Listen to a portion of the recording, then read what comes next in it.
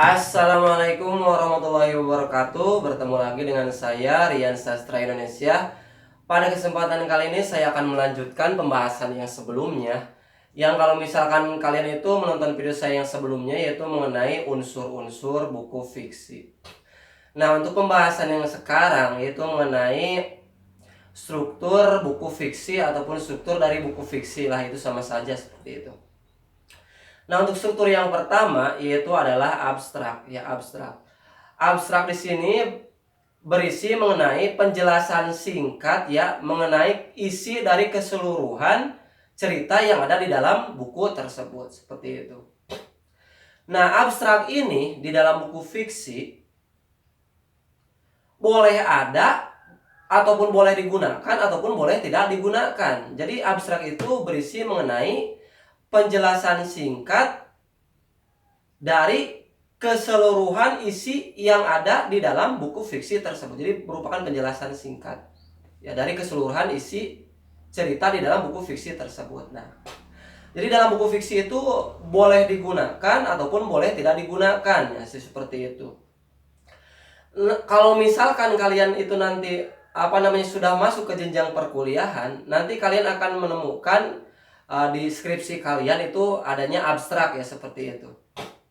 Nah, kalau di dalam buku fiksi ataupun buku fiksi itu boleh digunakan ataupun boleh tidak digunakan, jadi seperti itu. Nah, untuk struktur yang kedua yaitu adalah orientasi. Orientasi merupakan bagian yang berisi mengenai pengenalan tokoh, pengenalan suasana, pengenalan tempat, ya seperti itu. Di dalam cerita di dalam buku fiksi tersebut merupakan bagian yang berisi mengenai pengenalan tokoh, tempat, seperti itu, suasana, seperti itu, yang berisinya seperti itu.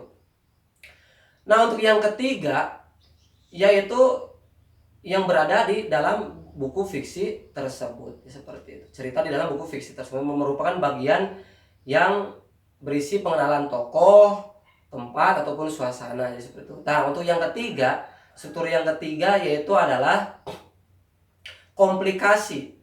Komplikasi merupakan bagian ya yang berisi mengenai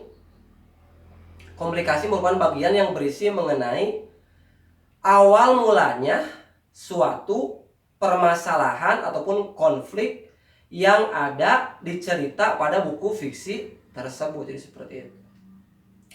Nah, untuk struktur yang keempat, jadi merupakan bagian yang tadi itu merupakan bagian, atau komplikasi itu merupakan bagian yang berisi mengenai awal mulanya terjadinya suatu permasalahan pada suatu cerita yang ada di dalam buku fiksi tersebut. Jadi seperti itu.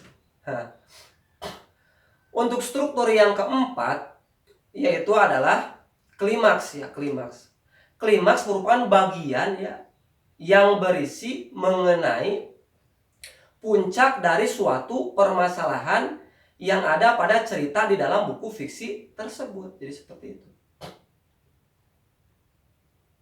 Nah, untuk struktur yang selanjutnya atau yang kelima yaitu merupakan, jadi yang tadi itu merupakan bagian ya, bagian yang berisi mengenai puncak dari suatu permasalahan yang ada di dalam buku fiksi tersebut. Itu termasuk dalam bagian klimaks yang ada di dalam buku fiksi tersebut. Nah, seperti itu. Untuk struktur yang selanjutnya yaitu adalah, atau yang kelima berarti ya, yang kelima itu adalah evaluasi. Evaluasi merupakan bagian yang berisi mengenai awal ditemukannya suatu permasalahan, penyelesaian suatu permasalahan yang ada di dalam cerita di dalam buku fiksi tersebut. Jadi bagian awal ditemukannya suatu permasalahan mengenai cerita di dalam buku fiksi tersebut. Jadi seperti itu. Nah, untuk selanjutnya atau struktur yang keenam yaitu adalah resolusi.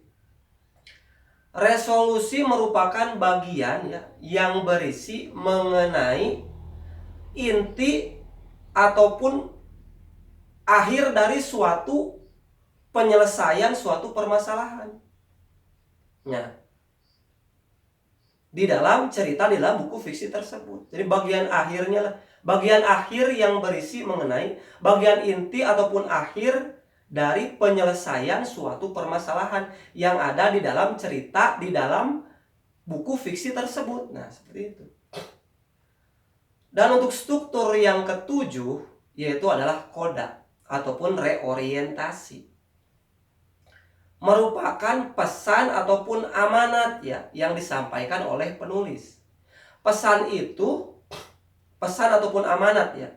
Pesan itu, pesan ataupun amanat yang disampaikan oleh penulis melalui isi dari cerita tersebut. Nah, pesan itu ada yang dituliskan langsung, ada yang jadi pesan, jadi koda itu ataupun reorientasi itu merupakan pesan ataupun amanat.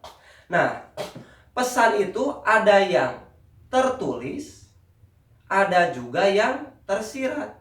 Nah, misalkan contohnya pesan yang tersirat. Misalkan contohnya pesan yang tersirat, misalkan contohnya contoh pada cerita cerita Malin Kundang, misalkan pada buku tersebut itu cerita Malin Kundang misalkan tidak dituliskan secara langsung, misalkan pesan ataupun amanatnya. Namun pesan tersiratnya itu ada pesan tersiratnya walaupun tidak dituliskan, misalkan seperti itu. Pesan tersiratnya yaitu misalkan seperti ini. Jangan durhaka terhadap orang tua ataupun jangan lupa terhadap orang tua walaupun kita udah sukses. Jadi maksud dari pesan tersirat itu seperti itu walaupun tidak dituliskan secara langsung, seperti itu. Nah, jadi seperti itu. Oke, terima kasih telah menonton channel saya ini. Semoga bermanfaat. Jangan lupa like dan share channel saya ini, dan jangan lupa subscribe channel saya ini untuk mendukung ataupun memotivasi saya dalam membuat konten pembelajaran bahasa Indonesia, khususnya pada kesempatan kali ini yaitu pembelajaran bahasa Indonesia untuk kelas 7 SMP. Nah, seperti itu. Untuk pembelajaran bahasa Indonesia untuk kelas 7 SMP lainnya, nanti saya akan cantumkan linknya di deskripsi ya, di bawah di sini. Nah, jadi seperti itu. Oke, terima kasih. Saya akhiri. Wassalamualaikum warahmatullahi wabarakatuh. Terima kasih.